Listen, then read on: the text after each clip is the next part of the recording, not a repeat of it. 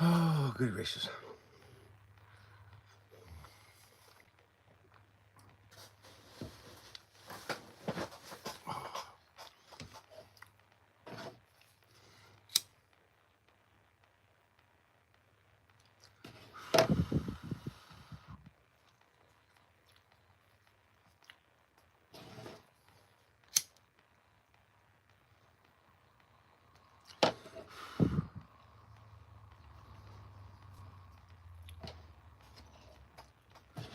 Gonna melt off the ends of these while I'm waiting for everybody.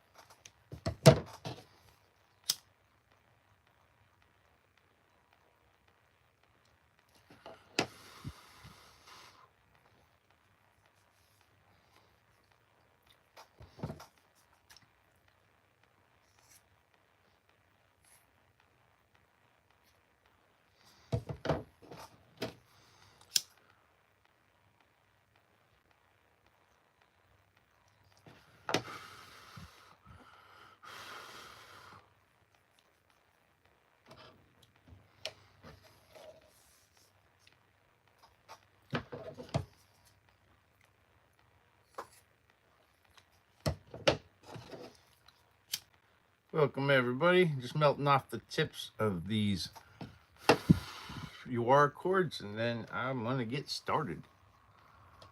Welcome to my Sunday live while I do my finishing work.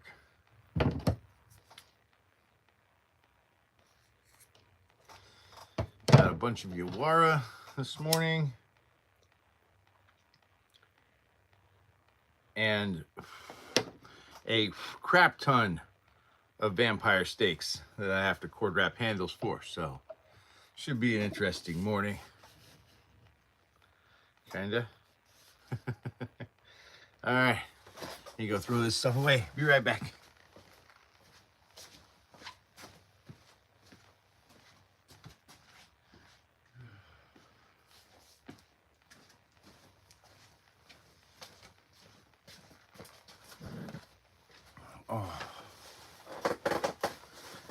Oh, good gracious. It has been storming here, so hopefully the Wi-Fi holds out because it was lightning and thundering pretty hard a little while ago, but I think it's died down now. Hopefully it stays that way. If I suddenly disappear, it probably means the Wi-Fi went out.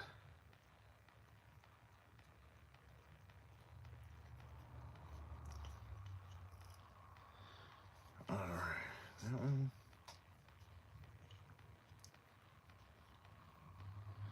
Morning, everybody. You got any questions, feel free to drop those in the chat. Oh, that's a little long. Good gracious, that's really long. Doesn't need to be that long. Let's trim that a little bit.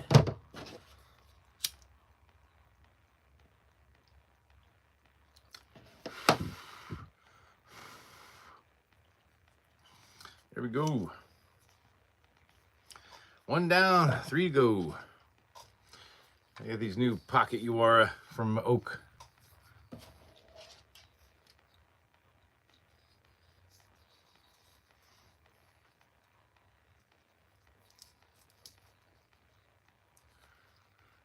Oh, everybody gone already. I'm boring this morning.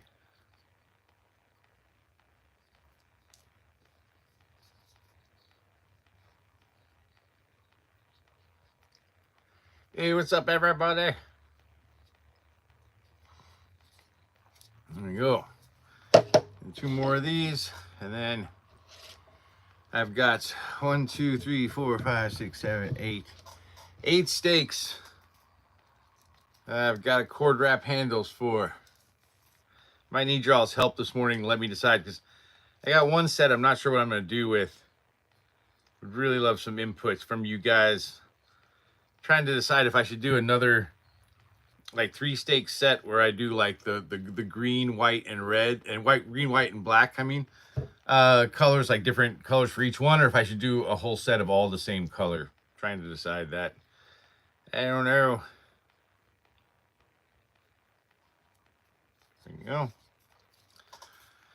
And one more, and then I'm gonna put these in the inventory room, and I've got some wasters and a custom dagger I need to buff out. I put tongue oil on them this morning. And if you got any questions for me, feel free to drop those in the chat. I will be here for a little while this morning doing all my finishing work, and your questions help me be less bored. So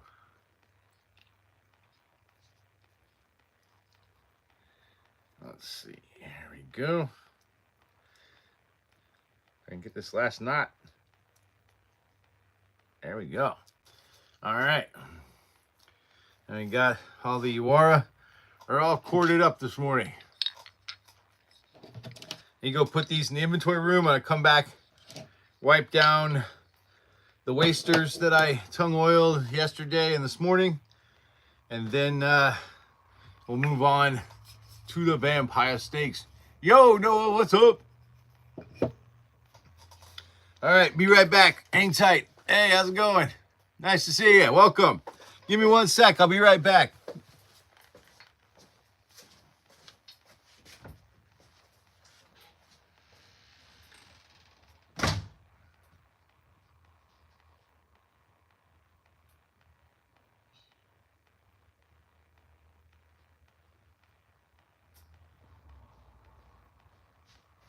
That custom order and some Viking sword wasters. And I did the second coat of tongue oil this morning, so just got to buff those out with my nifty torn up t-shirt and sock.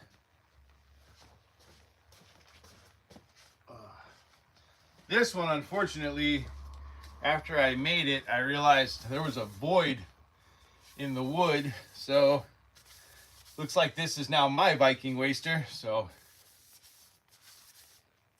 I usually sell these to SCA, HEMA, and Boo Hurt people who don't want to use their competition weapons for practice. And this is probably the most popular waster that I make.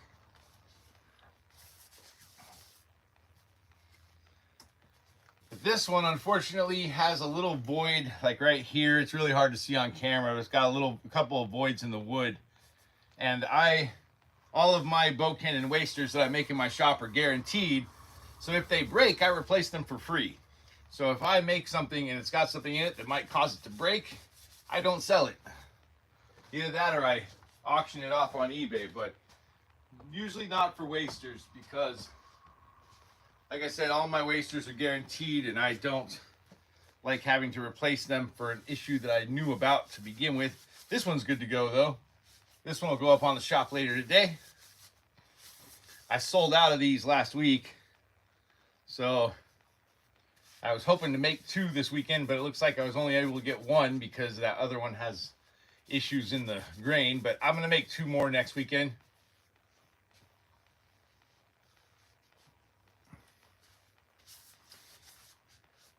But yeah, if you are looking for a bowcan or waster that you know if it breaks, you're not going to be out the money for it, my shop is a great option because all of my stuff is guaranteed. If it breaks when it shouldn't break, like if you're using it for sparring or on, like, you know, a properly padded practice dummy. Now, if you buy one and you go smacking it against the telephone pole, I will probably not replace it because any waster will break if you do that. But this is all good now, and I've got, this is a custom, this one's a custom order. This is a primitive white ash wooden dagger. And this customer has bought quite a bit of stuff from me in the past. I do quite a few custom orders for him. I'm just gonna buff this out, make sure there are no bubbles in the tung oil, so it's got a nice smooth finish. But yeah, this white ash is really nice. I'll be sad when I'm finally done with all of it. I have a little, I was able to get quite a few lengths of white ash from a vendor that I buy from. White ash is really hard to get. Actually, ash in general is just hard to get these days in the US. So. Hey Simon, what's going on? Welcome. Just got done with the Uwara. Good God, why are my glasses always dirty? Just got done with the Uwara, and I'm getting ready to start cord wrapping some vampire steaks. You're making a blanket, Noah? That's cool. These poplar steaks, I'll go ahead and get those out of the way because I already know what I'm doing with those. These are already up on the shop. And I was down to only one, so I went ahead and made some more. Uh-oh. Hang on a sec. I just realized I didn't mark these. Let me get my measure tape real quick. I'll be right back. Just take me 1 second.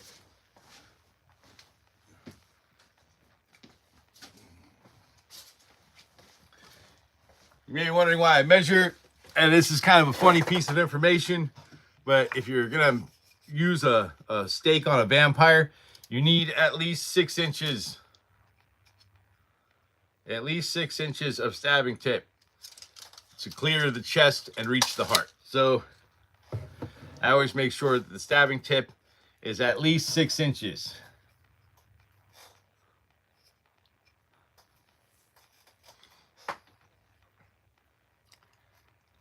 Oh. Welcome everybody. Thanks for joining me on my Sunday live doing my finishing work.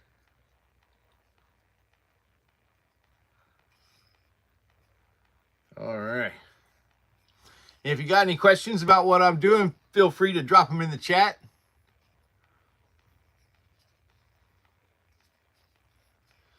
Help me be less bored this morning while I sit here and try to keep my hands from cramping.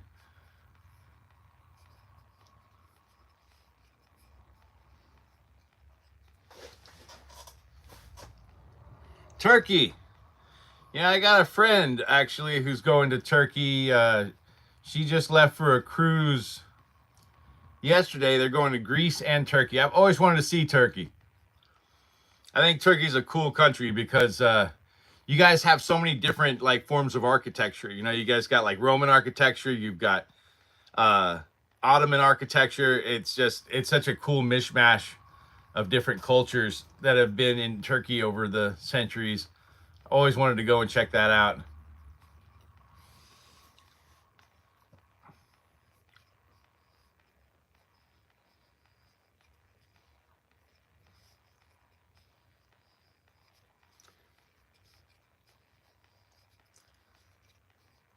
Istanbul, yeah, Istanbul would definitely be top of the list for sure. Istanbul, I think, would be an amazing city to see.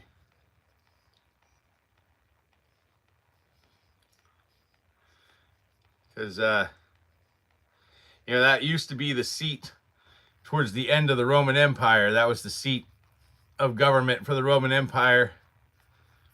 And I always thought that would be a cool city to check out.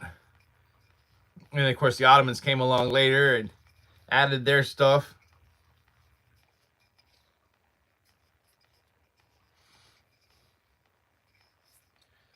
Would love to check that out. I bet. And I hear the food there is fire too.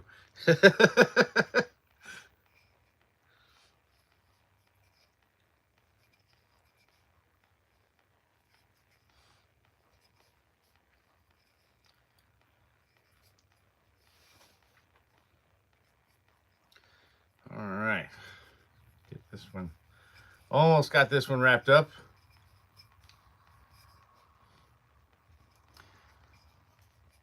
Welcome everybody to my Sunday live while I do my finishing work.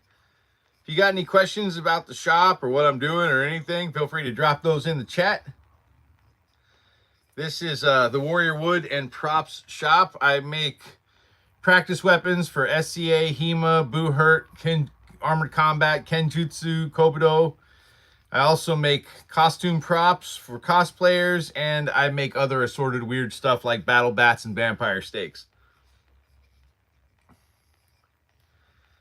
And usually I go live on Saturdays when I do my staining, when I stain and finish everything, or stain and oil everything, and then I go live Sunday mornings. I come in early on Sunday mornings and finish all my projects from the week, and that usually involves cord wrapping. So much cord wrapping.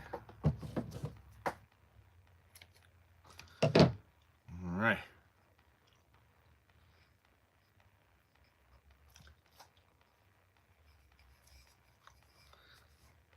I know it's probably not the most exciting thing to watch live on YouTube, but I appreciate you guys hanging out with me while I do it. There we go. Fray up the ends here. I always like to fray up the ends so that it looks like it's been used. And then I usually kind of dirty up the handles a little bit so they're not, you know, so nice and white, so they look like they've been used a little bit. These are actually some of the cheaper stakes that I make in the shop. This is just a poplar that's been sanded and stained, and then I cord wrap the handle. I sell a lot of these around Halloween season, which will be coming up when I get back, because I got to close my shop for a little while from June 20th to about July 24th or 25th. I go to Texas every summer to spend time with my kids during the summer break. So I'm not sure. There might be a limited inventory. I haven't decided yet. But when I get back in the end of July, usually the spooky season, it seems to start earlier every year. People start buying stuff for the Halloween season around mid-August. So I'm trying my best. In the past, I usually would wait until like July or August to start beefing up my Halloween inventory, and every year I would be behind on it. So this year I decided to just start beefing up my Halloween inventory way in advance, because I sell a ridiculous amount of vampire stakes during the spooky season.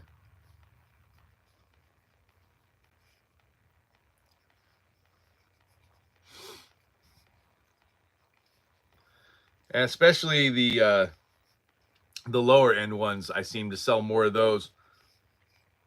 I've got two different designs of poplar stakes that are less than $20.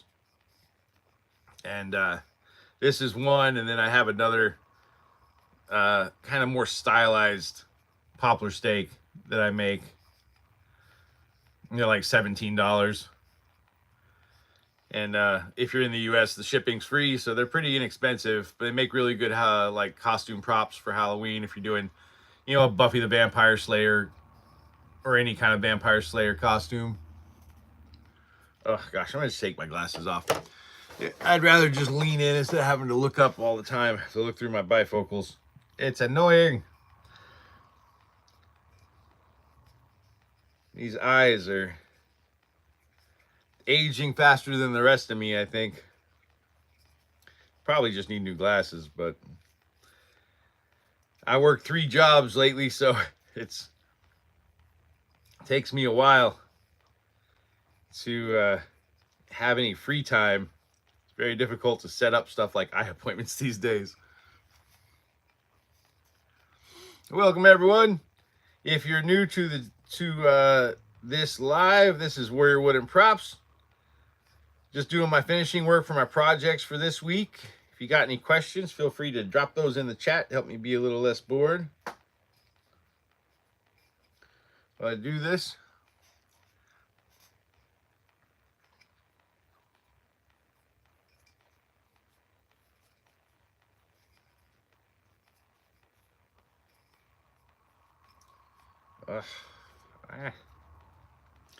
hands start cramping up. So I have to hold these tight to make sure that they're stretched as they go across, so that it will have a tight friction fit. Because on my stakes, I don't use any sort of adhesive on the cord wraps.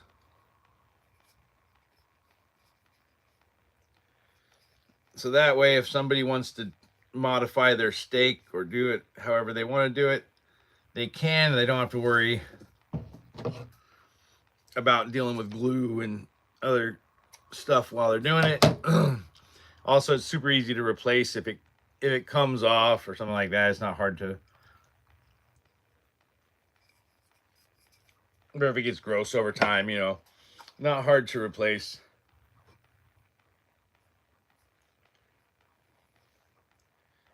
There we go.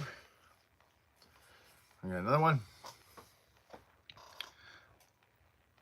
What's the undercord for? I'm not sure I understand the question. You mean the cord that goes underneath all this? It's so I can tie it to the cord. So what I do is I take one piece, I run it up the handle, and then I wrap it around that piece as I go down, and then I tie both ends together, and that creates a friction fit that allows the cord wrap to stay on. It's basically how I do all my cord wraps. You know, I could probably do fancier cord wraps, but they would be more time consuming. And I find that the fancier a cord wrap is, the more likely things are to go wrong with it. This is a very simple cord wrap. It's easy to figure out. It's easy to replace. It's easy to do. It doesn't take very long. And that's why I tend to stick with it. Yeah, just the undercord part is just so that as I coil this around as it goes down, it anchors down that cord. So when it gets to the bottom, I tie both ends together, and that keeps everything in place. Let's see.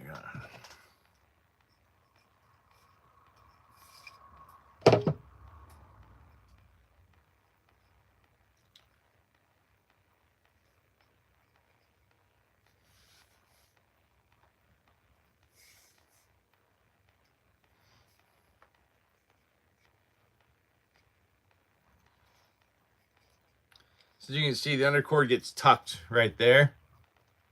And then as I wrap around, it holds that down.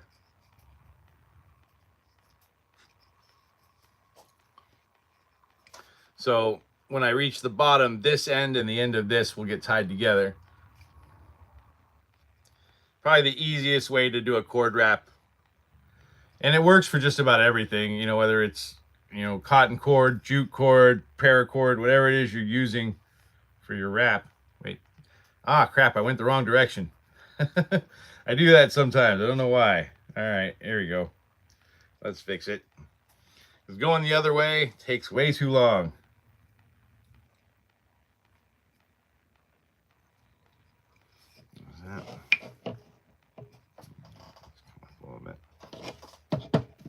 There we go.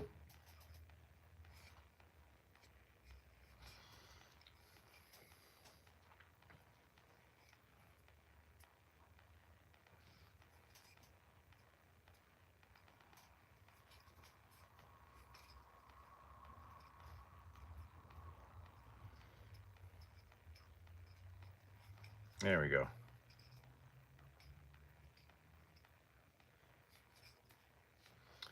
Sometimes you just kind of got to eyeball it and push it up until everything's parallel. There you go. What am I making? Well, right now, these are vampire stakes that I sell in my shop. I'm cord wrapping the handles of these. And that's what I'm working on right now. I did some Yawara earlier, which are hand weapons that are used mostly in karate and kobudo. There are some other martial arts that also use them. Some people call them palm sticks. It's basically a stick with an anchor cord your two middle fingers go through, and it holds it to your hand and gives you kind of a short stick to use as an augmentation of your fist. And I just did a whole bunch of those. And we wiped down some Viking sword wasters a little while ago, and a custom dagger that I'm working on with tung oil. And now we're just cord wrapping steaks. Cord wrapping all the vampire steaks. Getting ready for the upcoming vampire apocalypse. Thank you, Mayor of Chrisville. That's awesome.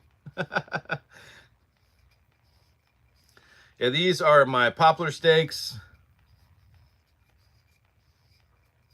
Which, by the way, just let everyone know, it is, you can't really probably hear it, but it is storming like crazy outside here. I'm in Florida, so our storms come with a lot of thunder and lightning. So if I suddenly disappear or drop off, it probably means the power went out and I lost Wi-Fi. But hopefully it stays up.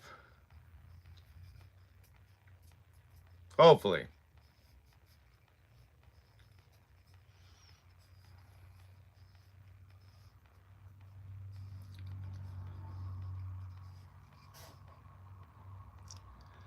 Exactly, right, Tony? Thank God they haven't learned agriculture.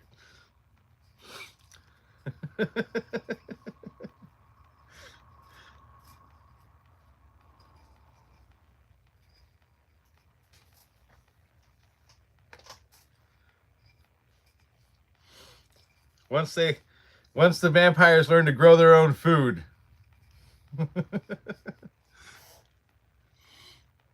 Yeah, oh, okay, Daytona Beach. Yeah, so yeah, the hurricane season. Yeah, we have started it. I actually finished, I did some shopping yesterday to get the last bit of stuff for my hurricane prep kit for this year. Had to get our generator stopped working after the last hurricane we had last year. And apparently the carburetor was clogged, so I had to send it to a repair guy, get that ready to go. So now our generator's back up. We got about 3 weeks worth of food on reserve. And we have so many things that we keep water in. Like what we normally do, instead of going out and buying bottled water, because every time a hurricane comes, everybody just runs to the store and buys a bottle of water, which is ridiculous. We just keep like a bunch of empty plastic jugs, and right before, if a hurricane's coming, you know a hurricane's coming. It's not like it sneaks up on you. So we go and we fill up all these jugs with water, and we also have a water bladder that goes into our bathtub, and we fill that up. That holds about a couple 100 gallons of water. And we're pretty, actually, we've been through some pretty bad ones in the last few years, and we've always been pretty comfortable at my house because we prepare. In the U.S., you used to live in Texas, Southwest. $1 million. I don't understand the $1 million part, but yeah, canning your food will also work. We have a lot of canned food, and we have a box of MREs. We have a ton of canned food. We have a propane grill, a generator, so we can keep our refrigerator going, and storm radio, all that kind of stuff. But I'll tell you, that storm radio, a lot of people don't think about those anymore because radio is kind of an outdated thing. But during Ian, we sat in the eye wall of Ian for about 6 hours. It was pretty bad. Ian really messed our area up. And when Ian hit, we had no power, no Wi-Fi. We couldn't see anything. We couldn't get any news. And I sat up all night while my family was sleeping and listened to the radio. And so I was able to actually get updates on where the storm was going, how much longer we were going to be in the eye wall, that kind of stuff. And came in super handy. So I highly recommend getting a emergency radio if you don't have one, if you're in Florida. Best kind to get are the ones they have like a hand crank, so that if the batteries die, you can literally just crank. It's got a little dynamo crank that lets you generate electricity. That's what it lets you do. It lets you generate electricity, and It also, a lot of them come with phone chargers now, so you can do that.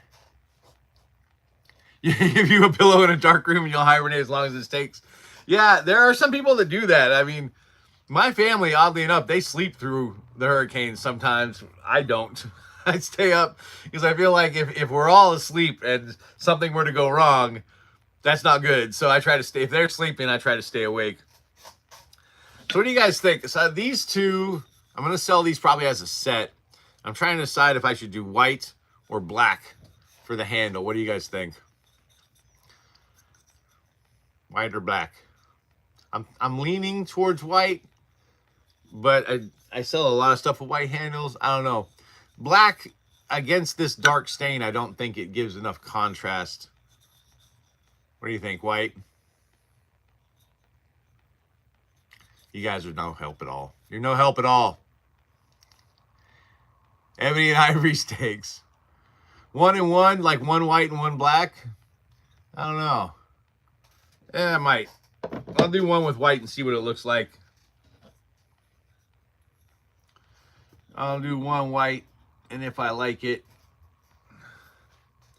then I might do the other 1 white. I don't know.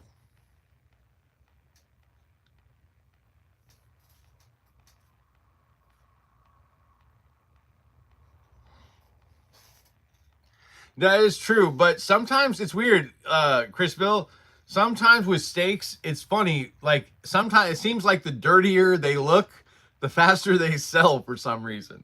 I used to take like so much time to like make my steaks. Like, I would sand them up to 1000 grit, give them a tung oil finish. I give them like a really nice, like 550 quart handle, and people wouldn't buy them. But I would, if I take one of the, like this and I just sand it a little bit, stain it up, distress it, make it look old and dirty, people buy them like crazy. I don't know. This is weird to me. Like, people, when it comes to vampire steaks, it just seems like the older and dirtier it looks, the more popular it becomes. So I think a lot of times, a lot of it comes down to people like the idea that like their steaks kind of look like they come from one of those old 19th century, vampire slayer kits. That's how you repel vampires, by making your steaks dirty.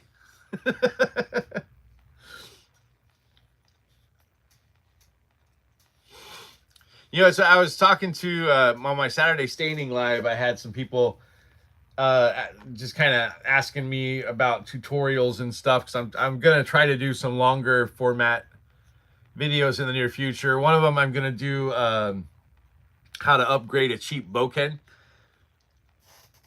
And one of the other ones that people asked about is I should do something with the steaks, because I make so many of them.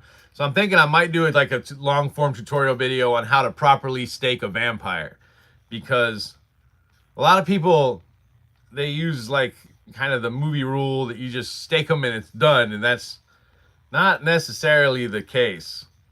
According to lore, you have to steak them properly. You have to leave the steak in. You can't just take the steak out. You need at least 6 inches of stabbing end to reach the heart.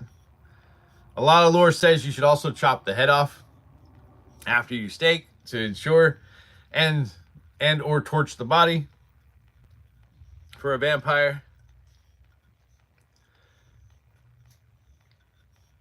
And of course, the one part of lore that I always bring up, that is like my favorite piece of lore because I've never seen it used in any movies, books, or otherwise, is that you never ever steak a vampire with an evergreen wood.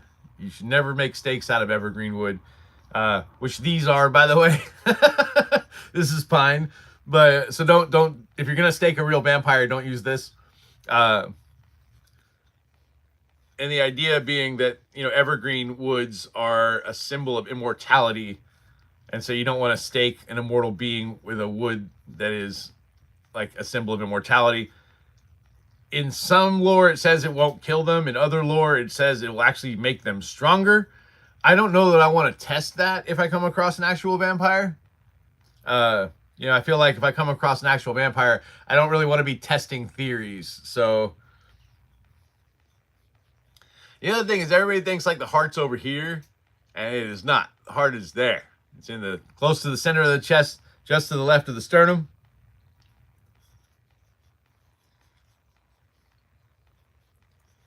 In vampire movies, I always see them stabbing them like in the left side of the chest because of the whole thing. The heart's in the left side of the chest, and it kind of is like it's closer to the left side, but I would say it's closer. It's more center left than left.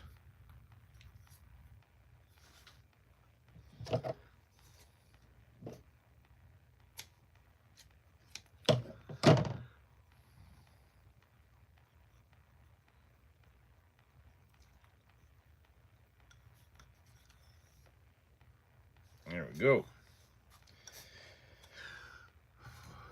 Mandela effect.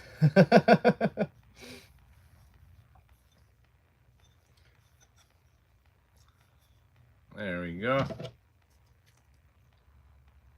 Let's see how this looks. Stop taking my scissors.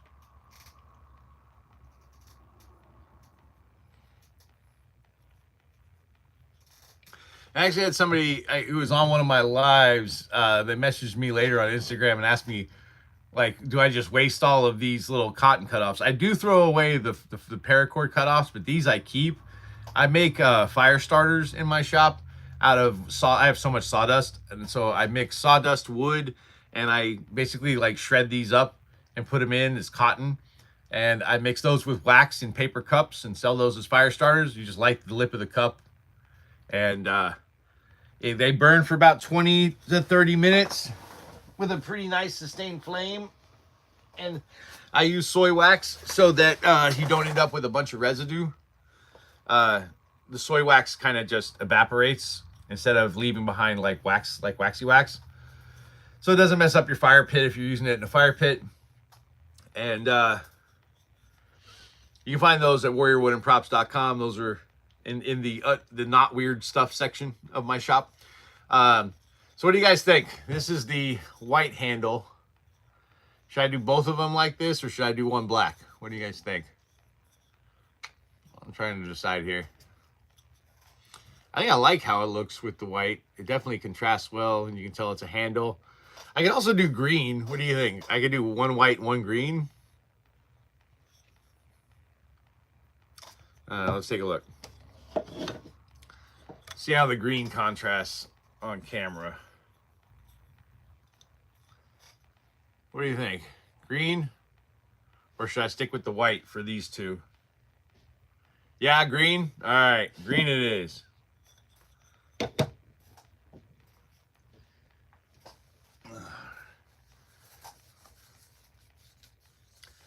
Green tis. This is jute cord. I love this stuff. It is strong, it is inexpensive, and it looks really cool on vampire stakes. All right. The heart has moved due to Mandela effect. For centuries it left, and now it's centered. Well, it's center left. It's like just to the left of the sternum. It's not over here though. It's more there. I don't know what Mandela effect's involved. I think it's always been there. I just think people say it differently. Hey, Empty Cat, how you doing? Welcome back. Good to see you again.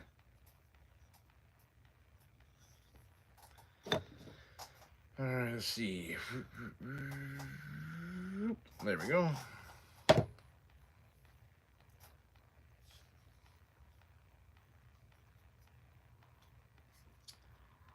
Thank you for coming back, Empty Cat.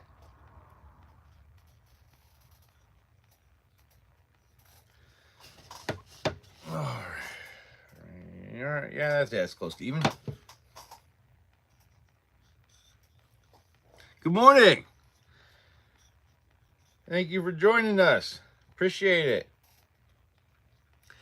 Welcome, everybody. If you're just joining us, just to let you know, this is Warrior Wooden Props. I go live every Sunday doing my finishing work on my projects for the shop, where I make practice weapons, I make cosplay props, and I make weird shit like battle bats and vampire stakes. So if you have any questions about what I'm working on or what I do in the shop, feel free to drop those in the chat. Help me be a little less bored. Give me something to talk about. Evolutionary forces like staking favored vampires with hearts closer to the center And this trait was passed on. Yeah.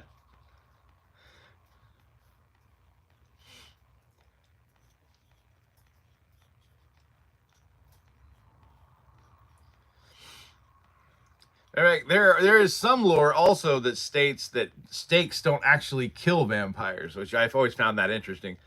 It's a pretty obscure piece of lore.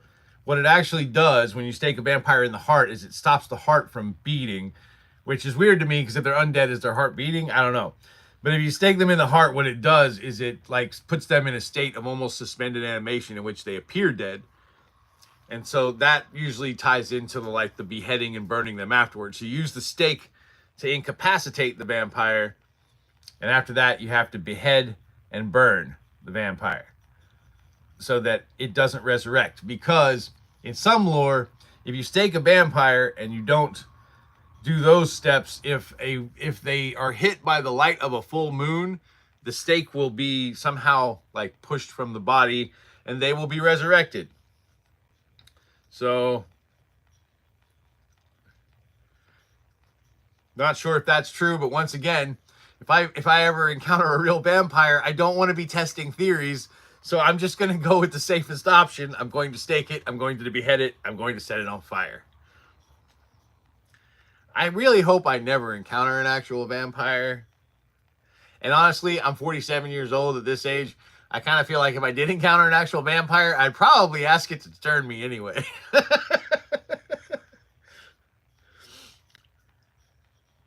Because immortality sounds like fun, and I'm pretty sure I could survive on blood without killing people. And I wouldn't mind watching the centuries pass, and watching history unfold in front of my eyes. I think that would be super cool. Walking sticks and canes, yep, I also do those. I have 4 likes. Yeah, I mean, I don't get a lot of likes. That's all right. 100-year-old oak tree that fell. You know, that's crazy that you say that, Merrick Chrisville. That is, in a way, how this whole shop got started. During Hurricane Ian, we had this humongous southern live oak tree behind our house. The trunk was about 4 feet wide. And unfortunately, it didn't even get, it just got uprooted. It literally just got knocked over. Because of the size, there was no way to put it back in place and give it a chance to like kind of resurrect itself. So I had to chop it up. And of course, it was right after a hurricane, so no one was available to come get the tree. I had a chainsaw and an axe. I spent about a month chopping that tree up and dragging it out to the road. But as I did that, any nice pieces of wood that I found, I harvested. And I started making stuff out of the wood. Originally, I was just going to make some stuff for gifts, but I had so much wood and I kept working on stuff. And after a while, I was like, okay, I should probably sell some of this because it was getting a little out of control. And that was about almost 3 years ago. And over the last 3 years, it has exploded into this. And I forgot how much I loved woodworking. It's a lot of fun. Yeah, the stuff that I harvested was unseasoned wood. And so luckily you can make stakes out of unseasoned wood. So I made a lot of stakes and stuff out of unseasoned wood. I made some Yawara out of it. You know, I would fire harden it afterwards and then stabilize it with tung oil. But I do have some pieces from Ian that I haven't touched yet because I'm going to make different stuff with them. And those are still seasoning. So I think by this fall, a lot of those pieces are going to be ready for me to start working with.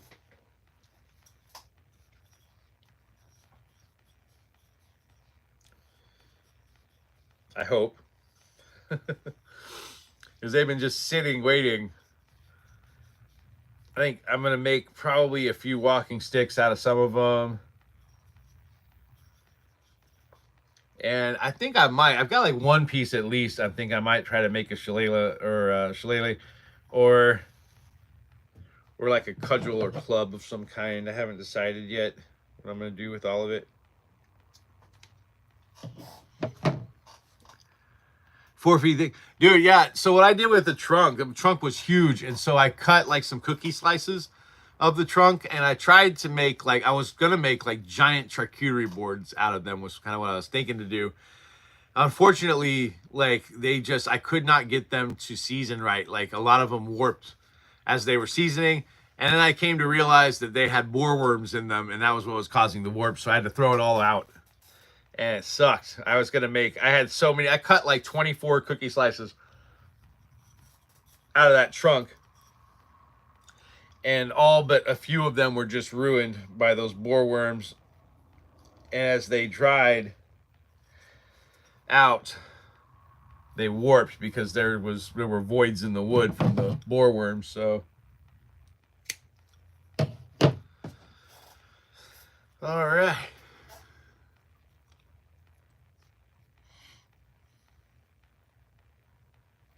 You like painting a lot? Made a lot of paintings and crocheted stuff? Yeah, I find that's interesting, like with people, if you end up becoming kind of a crafter or somebody who makes stuff, it never seems like we just woke up one day and went like, I want to start a business, you know? Like it's usually just something we enjoy doing, and it kind of turns into a business. I didn't originally plan for this to be a business. I was just going to do it for fun, but I really like doing it. So at this point, I just do it to pay for the shop because I have a really nice shop. And hey, what's up, Higher Learning? Welcome back, man. So what do you guys think? Sell these as a set or separate? I think I'll sell them as a set. These two together. All right.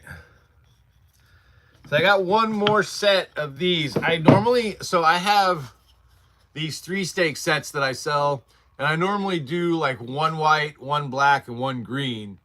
But I have like 3 of those in stock. And I don't know if I want to just make another set of those, or if I should do like just do them all the same color. I don't know. What do you guys think? Help me not be indecisive. Oh crap. Ugh. Yeah, as a set, yeah. That's what I'm thinking.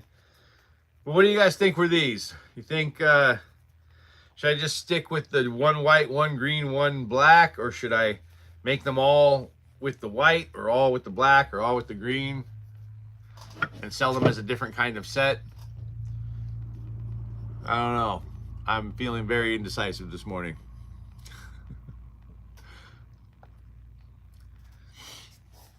Just go with the multicolor set, you think? 1 white, 1 green, 1 black, and add them to the inventory.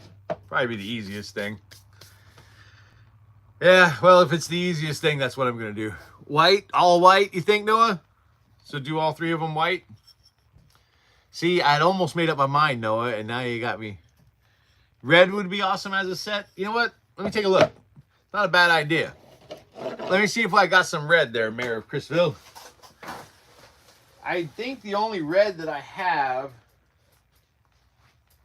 let's see. I don't know if I have enough.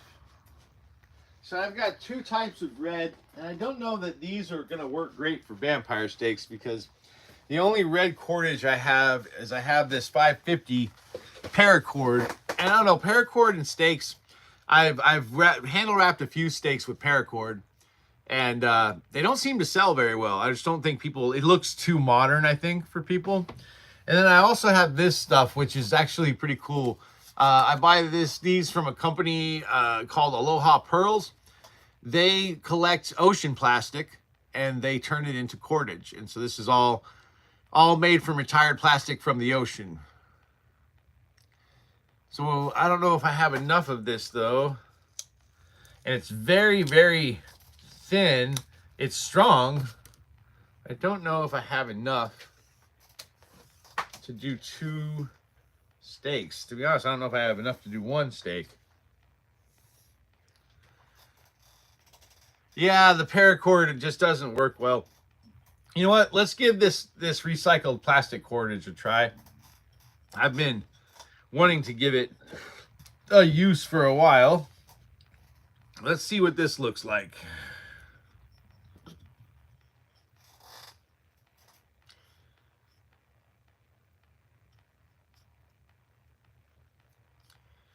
And it's kind of shiny, so it does have kind of a blood look to it. Is that? No, that's way too high.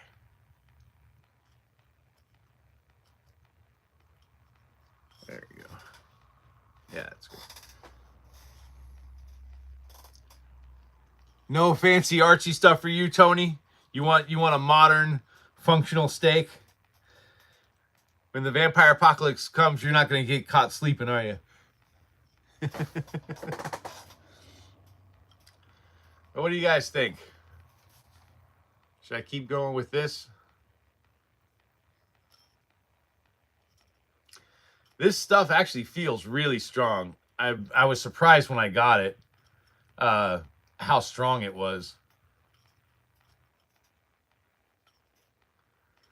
It's all made from recycled plastic from the ocean, which makes me feel happy about it. Anything I can do to help with plastic. As I swear, plastic is just everywhere. We use it too much as a people, I think. I think as a species, we use too much plastic. Oh, I don't know. I feel like it's one of the weirdest things humans ever did. We created a substance that's meant to last forever and then used it for stuff that we were supposed to throw away. Seems weird to me.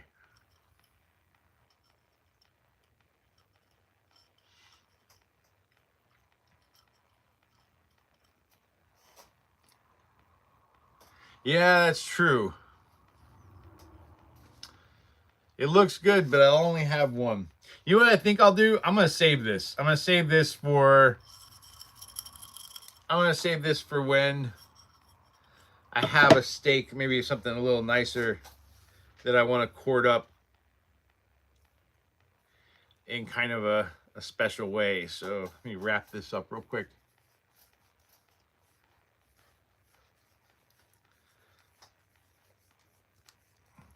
Yeah, I definitely don't have enough for 2, and I definitely don't have enough for 3.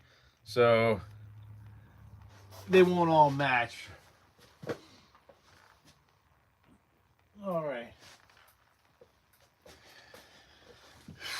So what do you guys think? What should I do? Just, can you look through the door in the back there? That door? Yeah, you can look through it all you want. It's just the hallway. That's the hallway with that painting has been in that hallway since I got here. I'm not sure who put it up there. It's like a nature painting. That's the door. And it's my Beware of Vampires sign. But yeah, nothing super interesting out there. One of these days I'll probably do like a shop tour video when my shop's not a complete mess, which is maybe never, to be honest with you. My shop's usually a mess. I clean it about once a month, and then well, I shouldn't say I clean it. I sweep up the sawdust about once a month, and I do like a full cleaning probably once or twice a year. But there you go. That's the door in the back. That's just the hallway. You go that way, and the office room is on the other side of my workshop over that way. So you're welcome. All right, so I still haven't made up my mind, people. I guess white. You're gonna do all white? You think I should do all 3 of these white?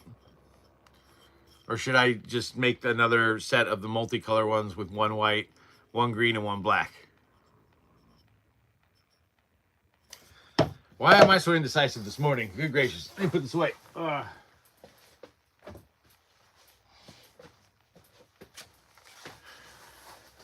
Blue, black, white. Okay, but yeah, I don't have blue. The only thing I have in blue again is paracord. So, trying to think. What do I have in cordage? Yeah, the only natural cordage I have are these 3 colors. I try to stick with natural cordage with steaks. Multicolor set? Yeah, multicolor set. That'll be easier. And those are already up on the shop, and I can just add it to the inventory. I don't have to go home and take pictures of it and relist it and all that stuff. So, and everything you see here you can find on my eBay shop. Warrior Wooden Props. Literally just go to eBay and search for vampire steaks. I'll probably be one of the first. One of my products will probably be one of the first things that comes up. I do have a separate website, warriorwoodandprops.com. You can go there. That is not going to, you're not going to see my full inventory for the most part on there. On my website, though, if you're looking for custom orders, that is a great place to go for custom orders. I will do a custom just about anything. Also, it's where you'll find my battle bat listings. If you want a custom battle bat, it's basically anything that I make that maybe I can't sell on eBay, I sell on my website. Because while eBay is basically the Wild West, they have some things they won't let me sell. So, but I do not put my full inventory on the website. It's just the website doesn't really pull enough traffic. It's just not worth my time. But if you're interested in a custom order, you go to my website. At the home page, at the top of the page, you'll see a contact me custom orders button. You just click that and tell me what you're looking to make, and that'll send me an email and we'll get you figured out. I'll send you an estimate and we'll work out the details. Do I ever use jute twine? Yeah, that's what this is. I use jute twine quite often. I love the stuff. Yeah, that's why I like it. It feels rough. I love jute cord. It just kind of gives a rough, kind of old look, and it's easy to distress. It's strong, and it does kind of give that you know, kind of like not necessarily something that was made professionally. It looks more like something that, you know, somebody had some jute cord lying around and they used it as a handle wrap on their steaks.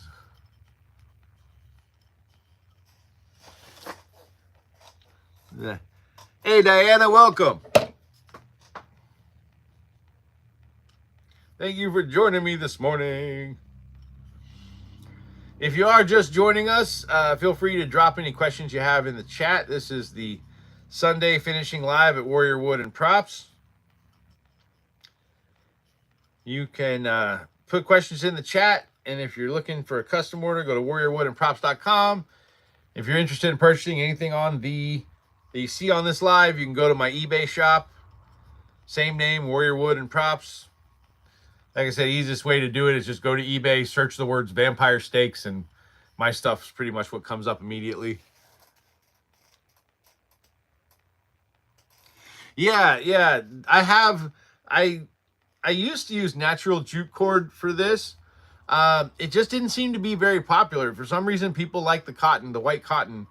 I think because people love it when their steaks are dirty, and so the white cotton cord is much easier for me to kind of distress up. It gets dirty as I'm wrapping it, so it makes it much easier for me to kind of age it a little bit. The jute cord still looks good. I just didn't have a huge use for it, but when it's dyed like the green and the black, it worked great. And dyed cotton cord, it just doesn't look good. I don't know why. It just doesn't have that same kind of rough look to it. So for white, I just use cotton cord. And then for colored stuff, I stick with jute cord.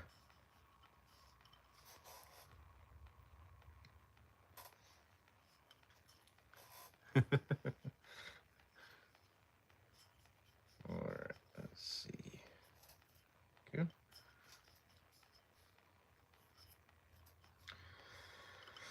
Almost there.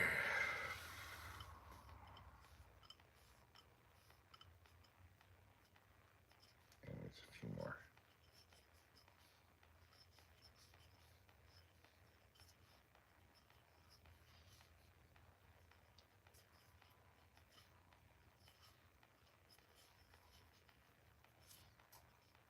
There we go.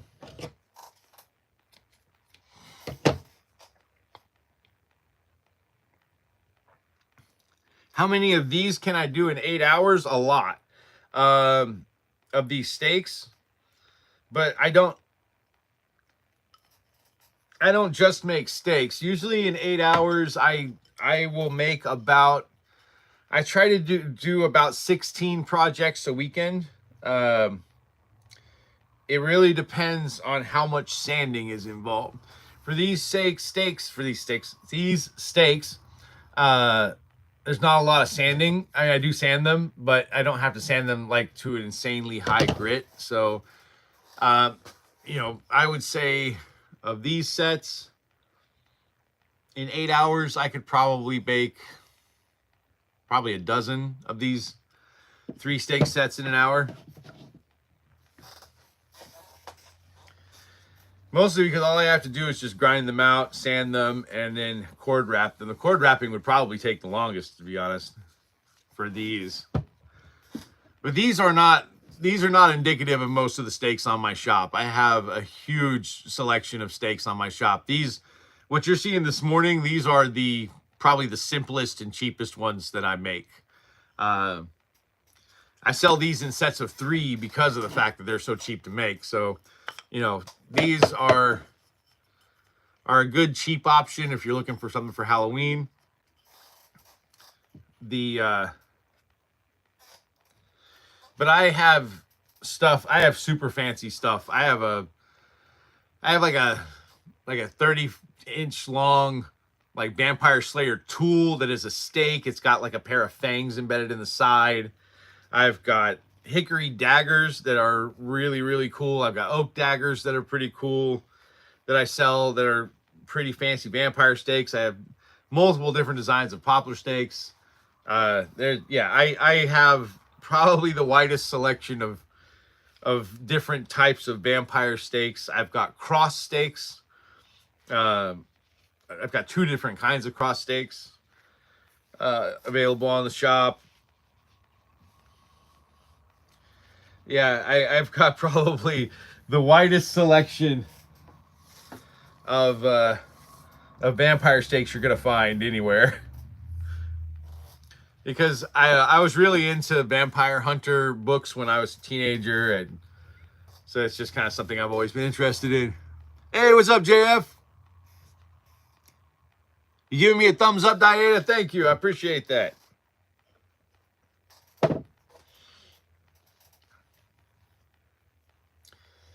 But yeah, in my shop, the 2 things you're going to find probably the most wide selection of are steaks and Yawara. I make a lot of different designs of those 2 things. Just mostly because there aren't a lot of shops out there that sell, you know, a wide variety of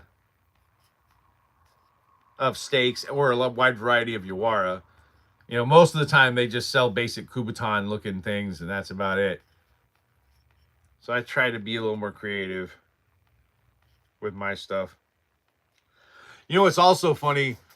So I sell these really, really nice oak and hickory daggers in my shop. And they're about anywhere from like $25 to $40, depending on how long they are, because the longer they are, the way harder they are to make. And I have a client for the last few years who around September, November, they order like a dozen of these daggers. I've always wondered what they were doing with them. Well, I finally figured it out. They turned around, they bought them, stained them, distressed them, and then turned around and sold them for like $80. So if you want the original, you can come to my shop and get them for about half that price. I think it's funny. People buy stuff from me and then turn around and resell it for twice what I sell it for. And I need to increase my prices or something. What is the name, Diana? It's Warrior Wood and Props, the same as my YouTube channel name. warriorwoodandprops.com. You can go there, or you can go to eBay and look up vampire steaks or Yawara, and my shop will probably be the first. One of the items that come up first will probably be mine. My full inventory is on eBay. I have a limited inventory on my website just because Shopify is kind of a pain in the butt to deal with. I mostly use the main website for custom orders, but you can still go on there and buy stuff. There's still stuff listed for sale, so. And I definitely pay less in fees on Shopify, but it's just such a pain to keep the inventory updated. They really need to work on the interface for Shopify.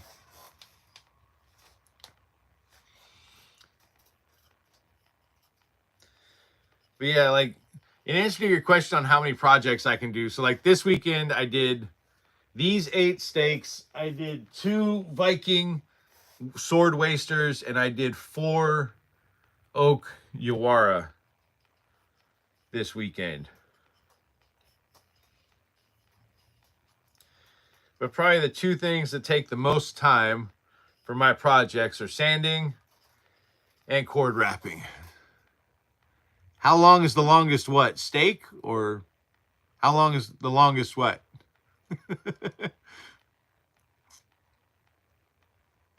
Thanks for the likes, everybody. JF, I need a noun, man. Let me know what you're asking. What? How long is the longest what? If it's steaks, I've got steaks as long as 20 inches. Of course, I also have the vampire bat, which is a steak as well. It is a baseball bat that has a staked tip on it. Those are usually about 30 to 34 inches long. I'm not sure how long the one I currently have in stock is. But I pretty much make the vampire bats because I'm an English nerd and I love puns. And so I made a steak bat and I called it the vampire bat. And that is up on eBay and it's on my shop. So it is a baseball bat that's has had the striking end sharpened to a stake. It's got a nice dark stain and like a white athletic tape handle that I distress up so it looks nice and old and used. But I'd say that's probably the biggest stake I sell are my vampire bats. And they also just look cool as hell. That way you can swing away in melee combat and then stake them when you're done.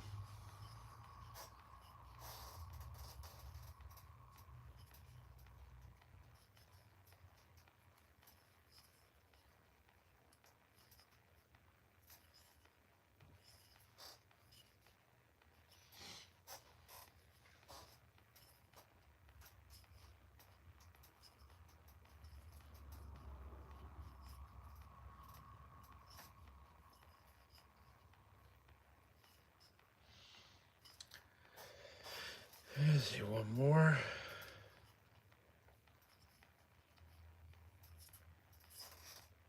Yeah, that's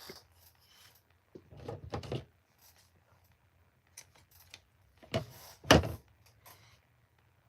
Oh, you want to see the vampire bat? Sure, give me a second. Absolutely, I'll do a little show and tell. I make a lot of crazy baseball bats. That's one of my favorite things to make. I make all kinds. But I will gladly show off one of my vampire bats. Give me 1 second. I'll be right back.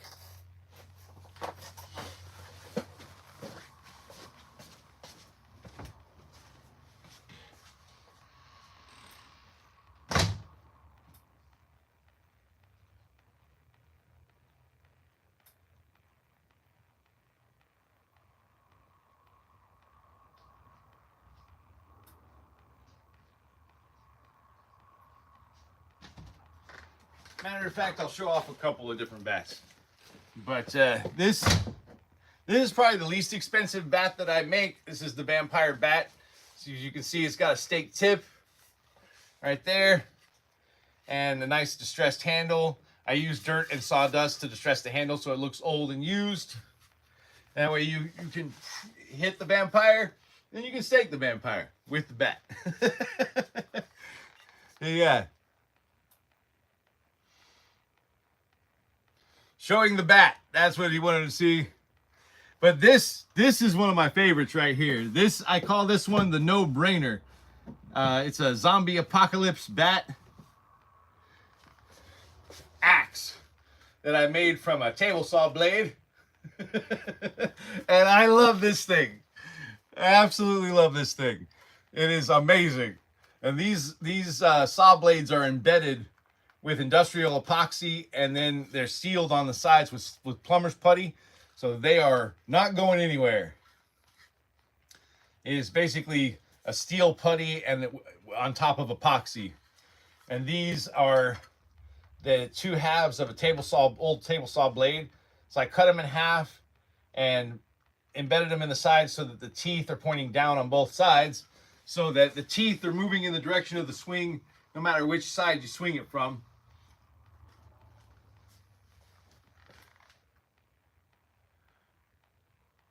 You want one big for zombies? Well, go to my shop and put in a request for a custom order.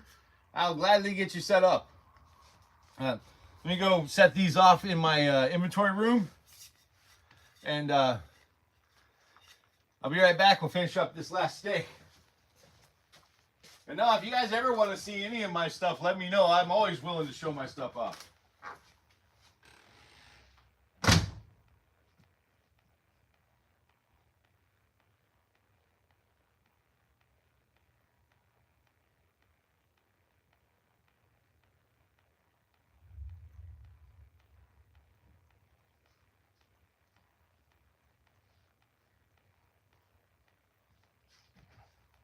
And I used to have like a spiked green zombie bat with like blood effects on it. And I finally actually just sold that one last week. So that one's off to the customer. It was a birthday present to himself. Also for your boyfriend if he cheats on you. Well, so one thing, all of my bats are functional. However, I do have to put in the disclaimer that they are not to be used as weapons. So if you use them as a weapon, I am not responsible. They are for entertainment purposes only. Because I don't want to be sued.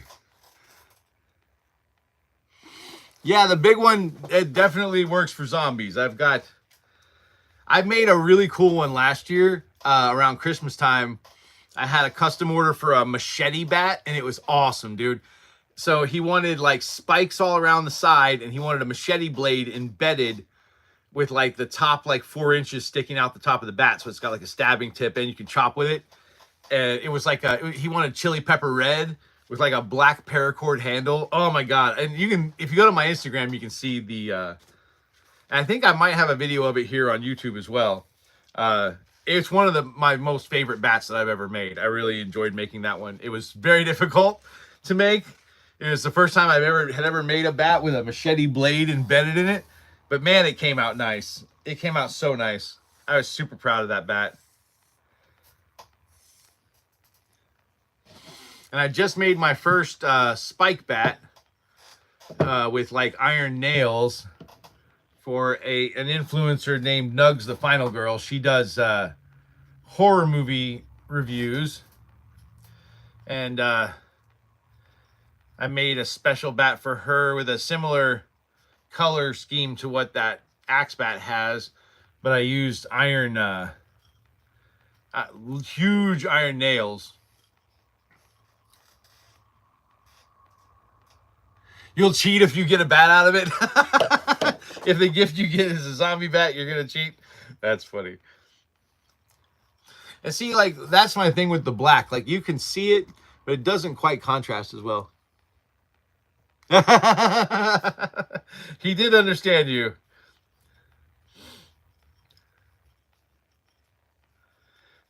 I think she meant she's gonna give it to him business end first there, Tony. I don't think she's gonna give him the bat as a gift. I think he's gonna get it as a gift through his skull. I think is what she was saying.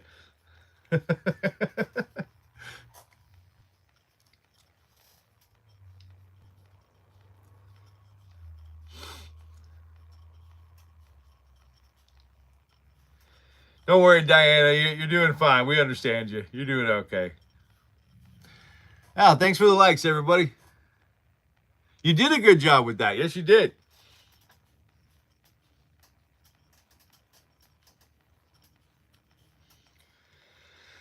But this is my last steak of the day. So if you got any questions, or you know what, if there's anything you guys want to see that's in my inventory, let me know.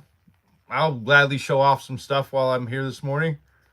I usually allot 2 hours for for this, and we're only at like an hour and 15 minutes. So once I get done with this steak, if there's something in my inventory you guys want to see, let me know.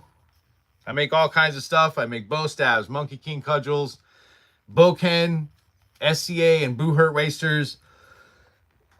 Excuse me. Vampire steaks. I make cosplay items. I've got like con-safe sai, con-safe nunchucks. A chainsaw with a bat through it. A bat through the chainsaw, or a chainsaw through the bat? Like, it would depend. Honestly, that sounds like a really, really bulky and unwieldy weapon, Tony. Whether it's the chainsaw through the bat or the bat through the chainsaw, I feel like that would be really hard to wield. It would be extremely heavy. Chainsaws, contrary to popular belief, chainsaws do not make great weapons. They don't. For a number of reasons. Number one is that you're just as likely to harm yourself as you are to harm the other person if you're using a chainsaw. If you're using a chainsaw, you get knocked out. So, yeah, chainsaws, you know, because of kickback from chainsaws, you're just as likely to get injured yourself trying to use a chainsaw as a weapon. The other problem with using chainsaws as weapons is you can't just slice with a chainsaw. Like, you might take a little bit of skin off if you do that, but you have to really use like sustained pressure to do damage with a chainsaw. And when you don't use sustained pressure, you get what's called kickback, which means like if you go to slice something and it just glances off, the teeth of the chainsaw will bite in and then push away, and your chainsaw is likely to kick back and hit you, and you don't want that. The other problem with chainsaws is that they run usually on either batteries or gasoline, and you will eventually run out of that. And the amount of gasoline they hold is not a lot. The amount of fuel that goes into a chainsaw is a very small amount. It'll only last for maybe a little while. Like, I would say if you're running it heavy, you might get like 15 to 30 minutes of work out of it. Tops. Chainsaws just not great weapons.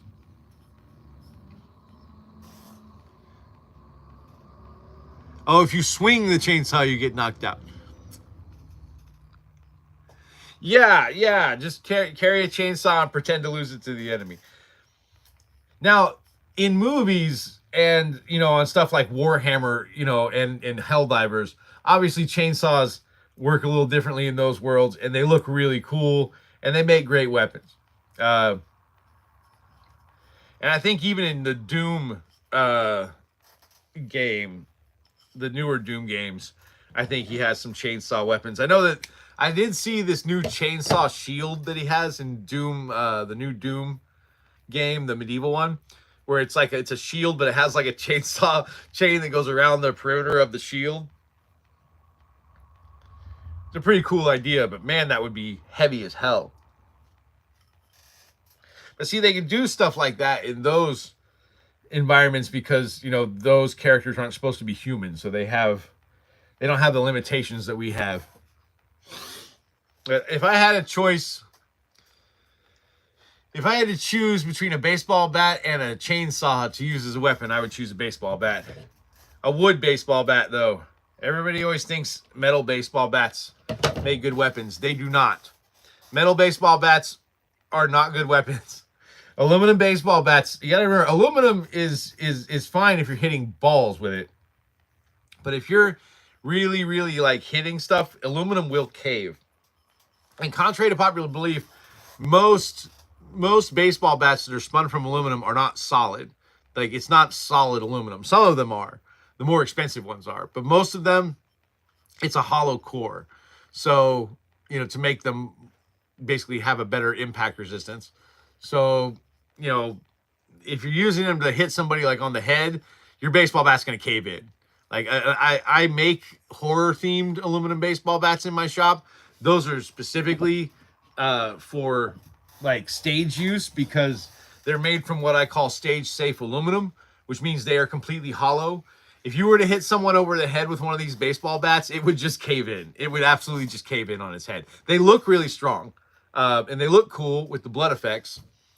All right, you guys want to see one? You guys want to see one of my aluminum horror bats? I'll be right back. I'll go grab one. I'll show it to you guys. Because they look really strong, but they are not strong at all.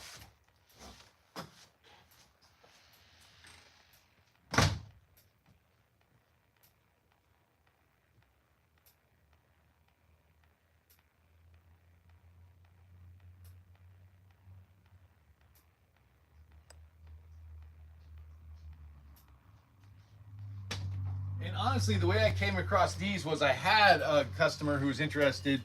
He wanted a custom bat from that like C Nation show where they had like spikes welded to it. And I was going to make it for him, but he wanted it to be functional. And I tried to explain to him like there's no functional aluminum bat that I'm going to find that's going to work the way you want it to. So this is stage safe. It has like bloody palm prints on the handle and smeared blood on the striking end. But these are stage safe. So like you literally cannot hurt someone with this. It is so light. If you hit someone with this, this is going to cave in and just bend over. But it looks really good. It looks strong and it looks, it looks like a good prop, but man, it is insanely light. It is so light. And I would not recommend it for anything but a costume. All right, well, I'm done with my last steak. Is there anything else you guys want to see from the shop this morning before I get out of here? I can go back over to the inventory room or I could take you guys over there, either one. But yeah, I've got all kinds of crazy stuff sitting in the shop. Thanks for the likes, everybody. Appreciate it. What do I have? I have so much stuff, dude. I have battle bats, bow stabs, Monkey King cudgels, Boken, SCA wasters, Yawara, vampire stakes, Eskrima sticks, Hombo. I mean, I have so much stuff. I have my, you know what? Let's go on a field trip. Here we go. I'm going to take you guys with me. Anything throwable? Well, I actually do have, I don't know if it's throwable. I mean, I don't really make throwables. I guess my daggers could be throwable.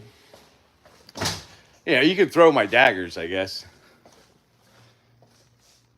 Oh, this is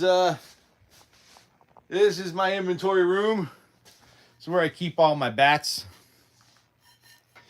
This one, I'm not sure what possessed me to do this, but I made a poop emoji bat. This is available on the shop. I'm not sure why I decided to make a poop emoji bat, but I did. So I make these. Oh, that light. These are my hickory daggers. They would be throwable. I don't know how long they would survive being thrown. Probably not more than a few times. Put some fart spray on it. You know what? Actually, 2 of the stickers on there are scratch and sniff. 2 of the decals that I put on that emoji bat are scratch and sniff, so it actually will smell. And this is one of my favorite things that I make. These are, if I can find it, these are Consafe Psi. These are completely rubber, but they don't look rubber. They look like real Psi. They look great on camera. They look great at a distance. But this is where most of my inventory is. Up here, you got Yawara and stabs, and then I got this is all the Yawara. I have so many Yawara. Like, it's just so much stuff. I have so much stuff. This is all stakes. And then down here, I've got all my wasters and Boken and more stakes. I have so many stakes, you guys. But yeah, I'm planning on putting fart spray on it. That's going to be fun. But I don't know. I think the scratch and sniff stickers are probably enough for that. Oh, and you know what? This is actually one of my favorite steaks that I make. Is this one? This is the I call this one the Buffy, because in Buffy the Vampire Slayer, most of her steaks look like she was just tearing up furniture or anything made of wood. So I made some of these for Buffy the Vampire Slayer cosplay. And on the wall over here, if you can see, there we go. These are my cross stakes that I've got hung up over the desk here. These are replicas of a stake. I had a client about 2 years ago. She went to some kind of auction at like a goth club, and they had this 19th century Vampire Slayer kit. And she really wanted some of the stakes in it, but it was the whole kit sold for like $5,000. Yes, these are cross stakes. And so she wanted the stakes, but she obviously didn't want to pay $5,000. So she hit me up and sent me pictures of the stakes and asked me if I could make replicas. So I did, but I really liked some of the designs, and this was one of them. So I kept this design in my shop and kept making it. This is one of the bigger ones. I've got a smaller version that oddly enough is actually harder to make. This is the other one. It's a smaller version of that because they also had this version in that kit. But this one, because it's so thin, the way that it's made, it takes so much longer to make these. It's so hard to get all the pieces perfectly lined up. Because with crosses, if you don't get everything perfectly like level, the cross part will be wonky. And it's really, the smaller the cross, the harder that is to do.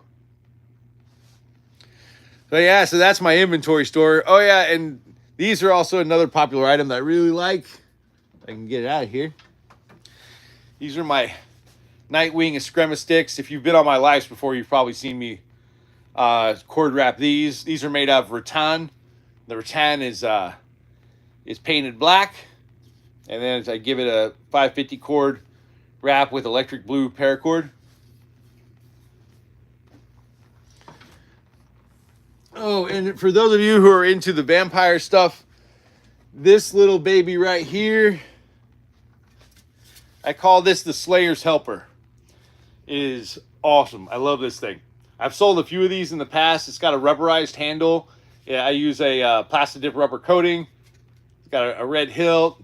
It's got a pair of white spikes that resemble fangs coming out the side. Got a nice little stabbing tip. And it's phantom gray. Usually sell one or two of these around Halloween for Vampire Slayer costumes. Yeah, that's all my stuff. Oh, and I still I've got this thing. I haven't decided if I'm going to sell it or not.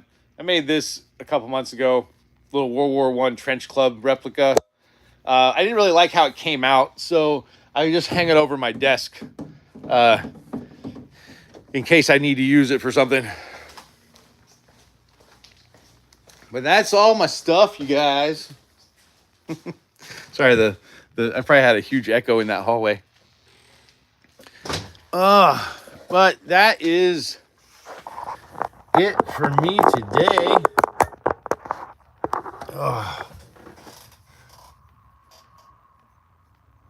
Mace of Moloch Bog.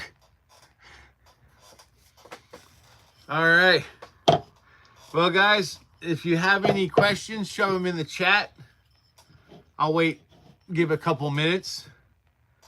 And then I'm going to put all this stuff in my inventory room. I'm going to go home, watch a bad movie. And then after the bad movie, I'm going to play Helldivers all afternoon. So if you got any last minute questions, shove them in that chat. I'll be right back. I'm going to put a few things in the inventory room. That was my coffee. Did not mean to knock that over. All right. Let me fix this real quick. Wait. Thank God I use a tumbler, because otherwise that coffee would be all over. Probably shouldn't have my coffee on my working station. Might be a good idea to stop doing that, because I'm pretty sure this isn't the first time I've spilled coffee over here.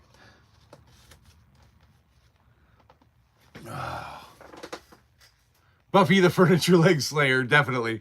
Yeah. She had so many steaks that were made from like furniture legs. And what I love though is like that new movie Sinners.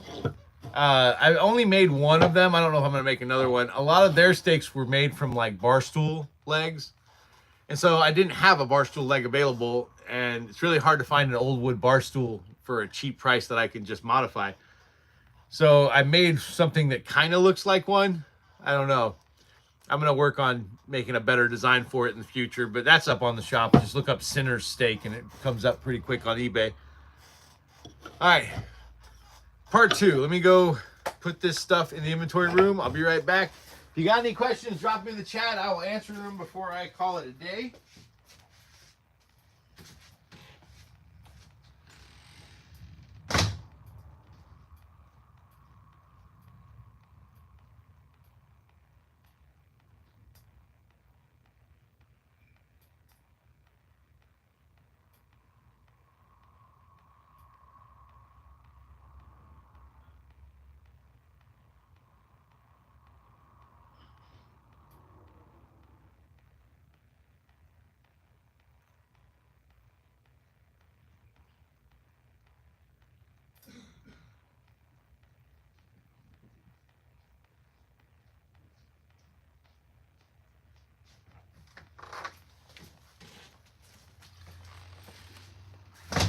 So what did you guys think? Did you like going on the field trip? Should I do that more often? I feel like most of the time I just stick the camera here on my finishing table and do stuff and talk.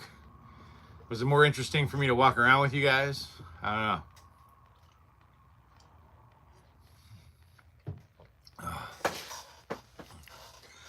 don't know. If you got any questions, now is the time to drop them in the chat. I am about done for the day. I'm going to clean up. Like I said, go home, watch a bad movie. If you're interested in watching me watch bad movies, I do post video clips of that on my Instagram, which is NatRBrown37, NatRBrown37 on Instagram. But here on YouTube, I mostly just stick to the shop. I don't really do the bad movie stuff on YouTube. I'm not really looking to be a YouTuber. Not a career path I plan on pursuing. But I enjoy watching bad movies, so I have fun. Also, if you are in the Florida area and you are planning to go to Tampa Comic-Con, I will be there this year. So looking forward to that. I can't say what I'm doing or when yet because they're still working that out. But I have been confirmed for Tampa Comic-Con this year. I will be there. I think I'm doing 3 separate panels, I think. I'm not sure. They haven't really approved panels yet, but I did get approved as a presenter. So here pretty soon, I should hopefully in the next month or so get confirmation on that. But if you do go to Tampa Comic-Con, I would love to see you. I will be going to that like the weekend after I get back from Texas. So I always have a good time there. I usually do at least I do a bad movie panel, I do a fairy tale panel, and I usually do like a supernatural creature panel because I do write stuff about supernatural creatures. So I actually did a book for DK Publishing last year, like a kids book fair style book on supernatural creatures. That was a good time. And I got Legendary Heroes. I just finished writing that later last year, and that comes out in July. So I'll have copies of that while I'm at Comic-Con for sale. That will be the brand new book by then. I think it comes out like July 22nd. All right, you guys. Well, I'm guessing we got no more questions, so I'm gonna call it a day. Thank you so much for hanging out with me. As always, everything you see on here is available on my website at warriorwoodandprops.com. My full inventory is on eBay, same name, Warrior Wood and Props. If you're interested in a custom order, please go to the website, warriorwoodandprops.com. At the top of the homepage, you'll see a button that says custom orders or contact me. Click on that button and let me know what you're looking for, and it will send me an email and let me know like what you're wanting, and we'll get that worked out. Anyway, thanks again, everybody. I'm out of here. Have a good day.